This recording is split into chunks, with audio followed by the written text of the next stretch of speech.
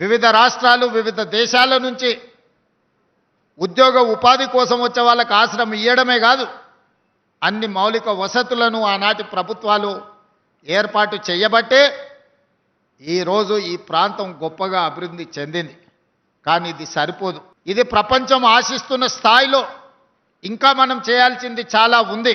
అందుకే నేను చెప్పిన హైదరాబాదు నగరం బెంగళూరుతోనో చెన్నైతోనో ఢిల్లీతోనో కలకత్తానో ముంబైతోనో పోటీ కాదు. మేము న్యూయార్క్తో పోటీ పడదలుచుకున్నాం, టోక్యోతో పోటీ పడదలుచుకున్నాం, సింగపూర్తో పోటీ పడదలుచుకున్నాం. మన నగరాన్ని ప్రపంచ స్థాయి నగరంగా తీర్చిదిద్దుకోవడానికి మనకు చేతనవుతుంది, మనకు సాంకేతిక నైపుణ్యం ఉంది, మన దగ్గర అన్నీ ఉన్నాయి. అన్నీ మనకు ఉన్నప్పుడు కావాల్సింది ఒక్కటే చిత్తశుద్ధి.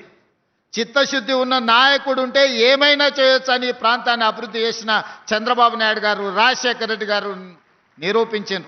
మరి ఈరోజు మనం ఎందుకు చేసుకోకూడదు? మీరు ఆలోచన చేయండి.